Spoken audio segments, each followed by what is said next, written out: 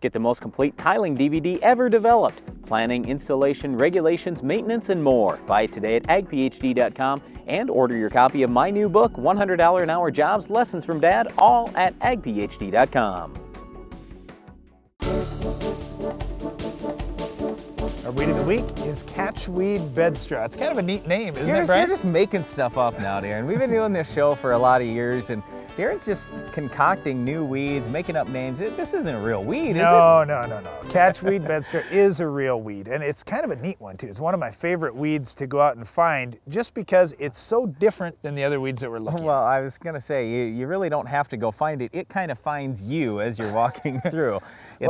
Well, Catchweed Bedstraw has downward pointing bristles, and that makes it really grabby or sticky. So if you're pulling the weed, it will stick to your clothing, it'll stick to you a little bit. You can peel it right off, it's no problem, but that's why it's real easy to spread. It'll catch on livestock many times and spread out in a pasture situation. We see it a lot of times in tree belts. It's got a square stem to it, which is also kind of an unusual feature of Catchweed Bedstraw. Okay, so what are you going to do to control this thing? Because it's not a typical weed. No, it's not. And the good thing is it's an annual weed. We normally find it in grassy areas or in fence lines or in tree belts, that kind of thing. So if you're in an area where you can use some 2,4-D safely, 2,4-D does a pretty good job, but you have to use a little bit higher rate than normal because it does vine out and spread out pretty quick, so it has a lot of growing points on it. Yeah, unfortunately, we don't see this very often in crop fields. I've never even used Roundup to try to control it. What do you think of that? Well, Roundup does okay. It doesn't have a huge leaf area to catch a lot of Roundup on, so you want to try and catch it when it's a little bit smaller. Where we see it most commonly is when we get into small grains. We'll see some Catchweed Bedstraw out there. If you're using wide match with either some MCP ester